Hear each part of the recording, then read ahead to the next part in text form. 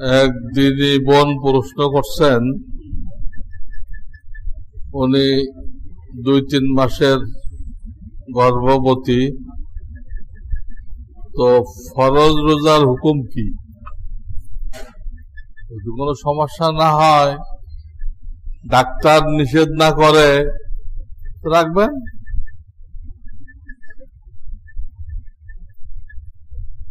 তা না হলে রোজা ছেড়ে দেওয়া যায় যাবে না। অনেক সময় বাচ্চা দুধ পায় না, তখন ছেড়ে দেওয়া যায় হয়ে যায়, পরে কাজা করে নেবে। এটা ডাক্তারদের সাথে পরামর্শ করে।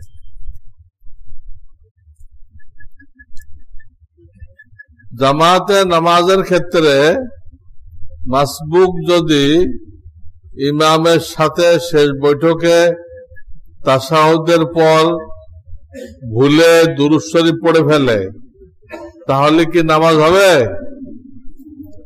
হবে। ইমামের সাথে কোনো ভুল করে ফেললে এটা ধর্তব্য না, তার জন্য কোনো সিজদাও আসে না। এই ভুলটা একা করলে সিজদা সহ আসতো, ইমামের সাথে করছে সিজদাও আসবে না। কথা বুঝছেন? কিন্তু মাসবুক তো আবার উঠবে, উঠে কয় রাকাত ছুটছে না, পড়বে না। ওখানে সে যদি কোনো ভুল করে, যে ভুলে সিজদা সহ আসে, ওটার জন্য কিন্তু আবার লাগবে। তখন তো সে ইমামের সাথে নেই। মহিলারা তালিমের মজলিসে নামাজের সময় নামাজ পড়তে চাইলে জায়গা কম থাকার কারণে সেখানে বসে নামাজ পড়তে পারবে কিনা? ওজন না থাকলে তো বসে নামাজ পড়লে হয় না, কারণ ফরজ নামাজে দাঁড়ানোটা ফরজ। ফরজ নামাজে সুন্নত নফলে দাঁড়ানো ফরজ না। তো লোক বেশি, জায়গা কম, তো এক গ্রুপ পড়ে বেড়ে যাক, পরে আর এক গ্রুপ পড়বে, সব একসাথে পড়ার দরকার কি? বুঝছেন আমার কথা? জায়গার অভাবে বসে পড়তেছে, তো হবে না।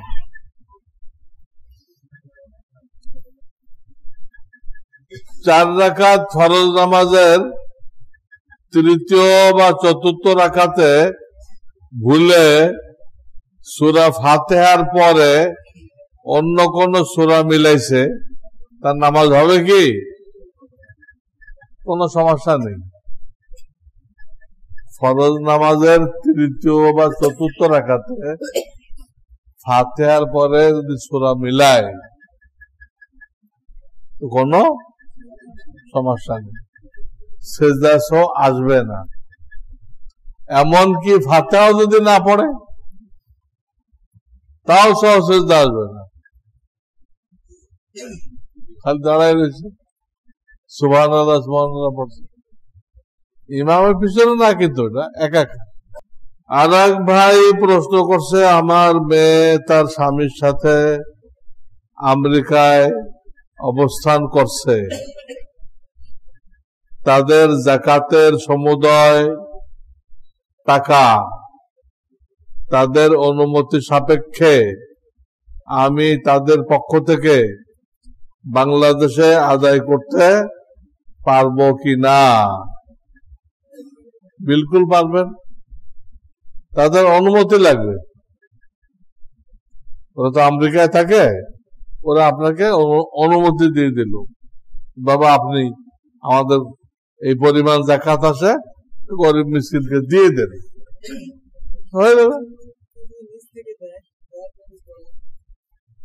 নিজের পক্ষ থেকে দিলে তাদেরকে বললো না, পরে বললো, তাহলে যাকাত আদায় হবে না, আপনার পক্ষ থেকে দান হবে, যাকাত হবে না। নাম মোহাম্মদ আবু তালহা, বয়স 6.5 বছর।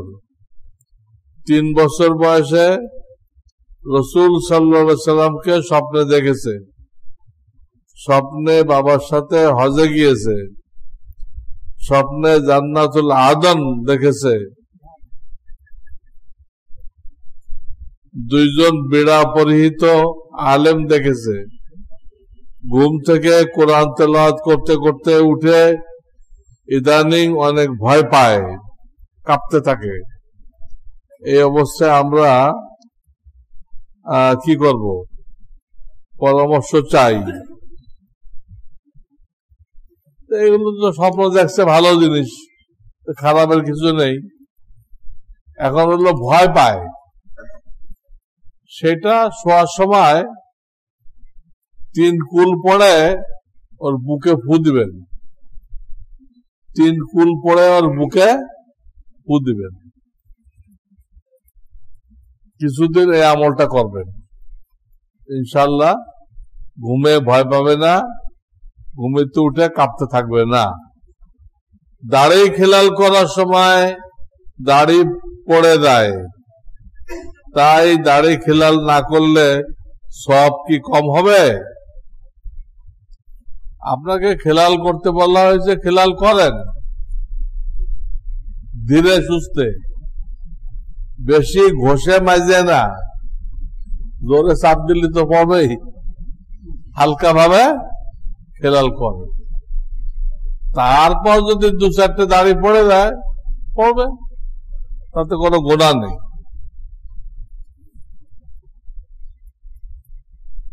বাসে দাঁড়িয়ে ইশারায় নামাজ পড়লে পরবর্তীতে কি দৌড়াইতে হবে? হবে, কারণ রুকু সিজদা তো ঠিক মতো করতে পারে নাই। দাঁড়াইছে ঠিক আছে, দাঁড়ানো ফরজ, কিন্তু রুকু তো ফরজ, জমিনে সিজদাও তো ফরজ, এগুলো তো পারে নাই।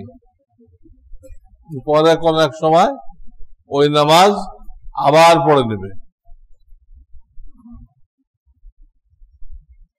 শরীরে কোন জায়গায় অল্প ট্যাটু থাকলে, কোন জায়গায় অল্প ট্যাটু থাকলে কি নামাজ হবে? এটা কি কোনো মেডিসিন কিছু লাগানো, খোদাই করা? তাই তো পানি পচতে কোনো অসুবিধা নেই, উযু গোসলে পানি পচতে কোনো অসুবিধা নেই, কাজে উযু গোসল হয়ে যাবে। বাকি এরা যে করছে এটা গুনার কাজ, এর জন্য তওবা করতে হবে, একবার ভালো করে তওবা করবে। দামাত বারাকাতুহুম, এই শব্দটি আল্লাহ ওয়ালা ছাড়া অন্য কারো ক্ষেত্রে বলা যাবে কিনা? কার ক্ষেত্রে বলবেন? সেই লোকটা তো বরকতওয়ালা হইতে হবে। দামাত বারাকাতু মানে কি? ওনার বরকত চালু থাকুক, উনি না থাকলেও যেন ওনার বরকত থাকে। অনেকে দিনই কিতাব পত্র লেখে, অনেক কিছু করে যায়, উনি নেই, ওইগুলো থেকে লোকেরা ফায়দা পাইতেছে, তাহলে বরকতটা কি? বরকতটা চালু আছে, চলমান, সে মরেও অমর। এখন যদি একজন ফাসেক ফাজারের ব্যাপারে বললেন, দাড়ি নেই দুড়ি নেই, দামাত বারাকাতুহুম, এর তো কোন অনর্থ। যারা আমল ঠিক আছে তার ব্যাপারে বলা যায়। আমি বর্তমানে এইচএসসি তে ভালো রেজাল্ট করে পাস করেছি, এতে আপনার কোনো সওয়াব হবে না। বিশ্ববিদ্যালয় ভর্তির জন্য পরিবার থেকে বিদেশে পড়তে দেওয়ার জন্য জোর দিচ্ছে, ইউএস বা কানাডা। আমি বিদেশে পড়তে হলে মদিনা ইসলামিক ইউনিভার্সিটিতে পড়তে চাচ্ছি, উক্ত বিষয়ে হযরতের উপদেশ কি? অন্য দেশে গেলে তো দিনই থাকবে না, সেখানে এত স্বাধীনতা দেওয়া হয়েছে, দিন টিকানো যায় না, দিন শেষ। আর মদিনা ভার্সিটিতে পড়বেন, আপনি আহলুল হাদিস হয়ে আসবেন, আকরামুজ্জামানের মতো ফতোয়া দিবেন, এটা আর এক সমস্যা। এই জন্য বাংলাদেশে এখনো যে পরিমাণ দিনদারি আছে, আলেম ওলামা আছে, আল্লাহওয়ালা আছে, এইটুক বিশ্বের কোথাও নেই, বিশ্বের কোথাও নেই। আরব দেশ তো সব ধ্বংস হয়ে গেছে, তারা বানাইছে রাজতন্ত্র। আল্লাহ তো বলেন রাজতন্ত্র করতে, হ্যাঁ, এই রাজতন্ত্র মানে এইটাকে রক্ষা করার জন্য এখন কাফেরদের গোলামি করতেছে। তা গলত জিনিস আবিষ্কার করে সেটিকে টিকায় রাখার জন্য ইউরোপ আমেরিকার গোলামি করতেছে, পাও চাটতেছে। কারা? আরবরা। আর এখন তো একদম ধ্বংস হয়ে গেছে। মদিনার মধ্যে বানাইছে সিনেমা হল। হাদিসরা মসজিদে নববীতে যাবে না সিনেমা হলে যাবে? সব জায়গায় নাচ গানের আসর বসাইছে, নাচ গানের আসর। এবং ওইসব দেশে পার্সোনাল লাইফে কোন জবাবদিহিতা নেই। এই যে বিদেশ থেকে কাজের মেয়ে নেয় না, নেয়, এদের অবস্থাটা কি? বহু মহিলার এই অবস্থা। বাপেও ব্যবহার করতেছে, ছেলেও ব্যবহার করতেছে, বাপের বন্ধু আসছে সেও ব্যবহার করতেছে। আমরা যে জনশক্তি রপ্তানি করতেছি, তাদের অবস্থাটা কি? কিচ্ছু বলার নেই। একই মহিলা এতজনের ডিউটি করতে হচ্ছে পয়সার জন্য, অথচ আল্লাহ তাআলা মহিলাদেরকে পয়সা রোজগারের দায়িত্ব দেন নাই। একান্ত কারো স্বামী নেই, আরে ঘরে বসে কাঁথা সেলাই করো, ঘরে বসে জামা কাপড় বানাও বাচ্চাদের, ঘরে বসে মেয়েদেরকে টিউশনি করো। কত কাজ ঘরে করা যায় না? হাঁস মুরগি পালো, হালাল রিজিক তো ঘরে বসে পর্দায় থেকে করা যায়। যদি কারো উপার্জনের কেউ না থাকে, থাকলে তো তার দায়িত্ব। যার স্বামী আছে রোজগার করে, ওই মহিলার দায়িত্ব স্বামীর সেবা যত্ন। একটা পুরুষ সর্বক্ষণ মহিলার দিকে মুখাপেক্ষী। ছোটকালে আমরা মায়ের মুখাপেক্ষী ছিলাম, মা না হলে কোনো কাজ হয় না। এখন মা চলে গেছে, এখন বিবি সাহেবের মুখাপেক্ষী। বিবি সাহেব খানা দিলে খানা, খানা না দিলে খানা নেই। হোটেলতে আনো মরা মুরগি, হোটেলতে আনো কি মরা মুরগি। আল্লাহ এইভাবে বানাইছে। মহিলা ছাড়া আমরা চলতে পারবো না, আর পুরুষ ছাড়া তারা চলতে পারবে না,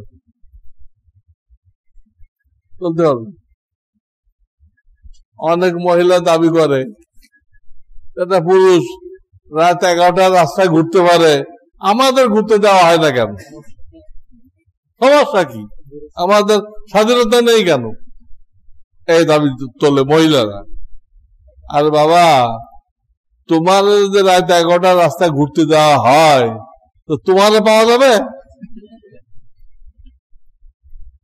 কয়েকদিন পরে লাশ পাওয়া যাবে। তুমি যে স্বাধীনতা চাও, তোমাকে তো পাওয়া যাবে না। আর অনেক মহিলা পুলিশ হয়েছে, পুলিশ গায়েব হয়ে গেছে, ওই পুলিশ ধরে নিয়ে গেছে, লোকেরা ব্যবহার করে মেরে ফেলছে।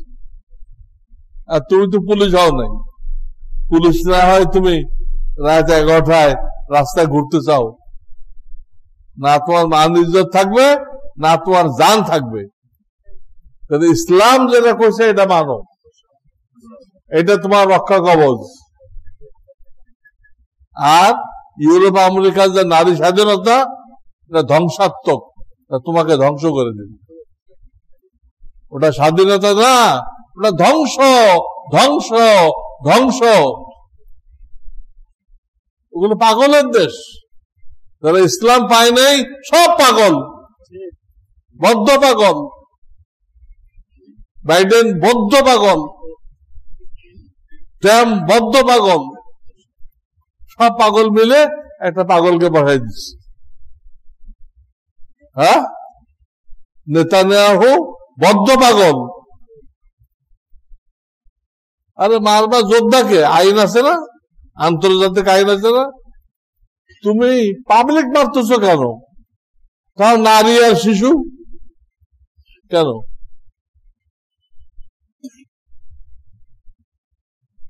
আর এই যে আন্তর্জাতিক আদালত বানাইছে, কি শক্তি আছে? এইভাবে মানুষ মারতেছে, 30,000 মানুষ শেষ, কিচ্ছু করতে পারে না। জাতিসংঘ বানাইছে, মুসলমানদের চাঁদায় চলে, আমেরিকা তো চাঁদা দেয় না। এই জাতিসংঘ কি ঘোড়ার ডিম কাজে লাগে বলেন তো? এই জাতিসংঘ কি কাজে লাগে? দুনিয়ার কি ফায়দা আছে? কোন কাজে আসে? এর কোন ক্ষমতা আছে? ছোট্ট একটা দেশ অন্যায় ভাবে যুদ্ধ করতেছে, মানুষ মারতেছে, তাদের থামানোর মতো ক্ষমতা নেই। সে হলো আমেরিকার তল্পি বাহক। জাতিসংঘ কি জিনিস? আমেরিকার তল্পি বাহক,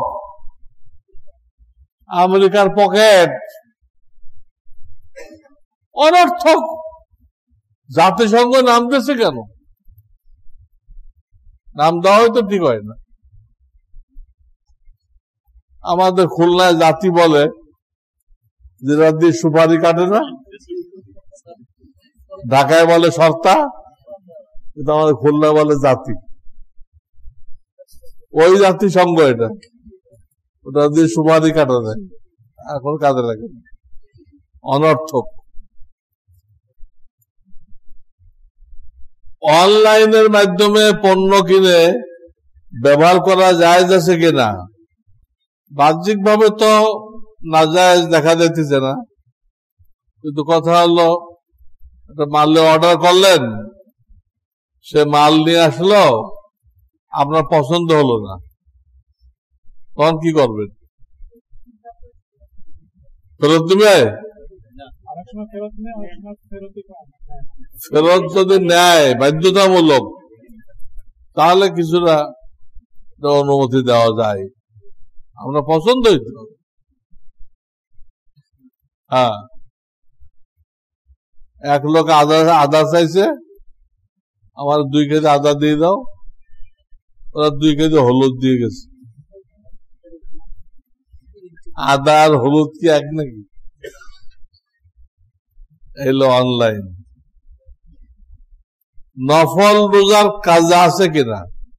হ্যাঁ, নফল রোজা রেখে যদি আপনি কোনো কারণে ভেঙে থাকেন, রাখছিলেন, ওর একটা বন্ধু আসছে, আপনি না খাইলে সে খায় না, তো তাকে খুশি করার জন্য ভাঙ্গা জায়েজ, নফল রোজা ভাঙ্গা জায়েজ, ভাঙছে। তাহলে এটা পরে আপনাকে কাজা করতে হবে, একটাই। তাহলে নফল রোজা ভাঙলে কি কাজা লাগবে। আজকে মুসাফার পরে আপনারা কাতার বানায় মুসাফা করবেন, কাতার বানায় দোয়ার পরে।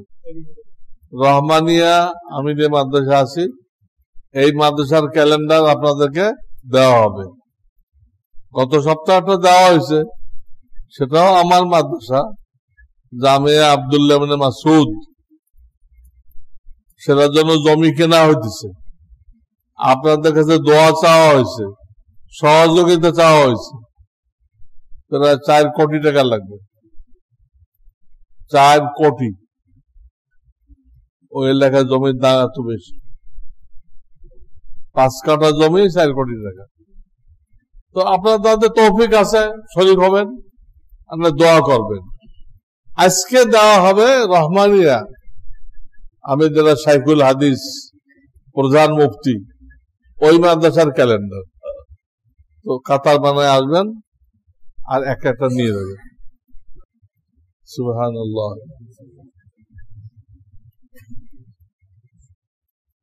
ربنا اغفر لي ولوالدي وللمؤمنين سبحان ربك رب العزة وسلام على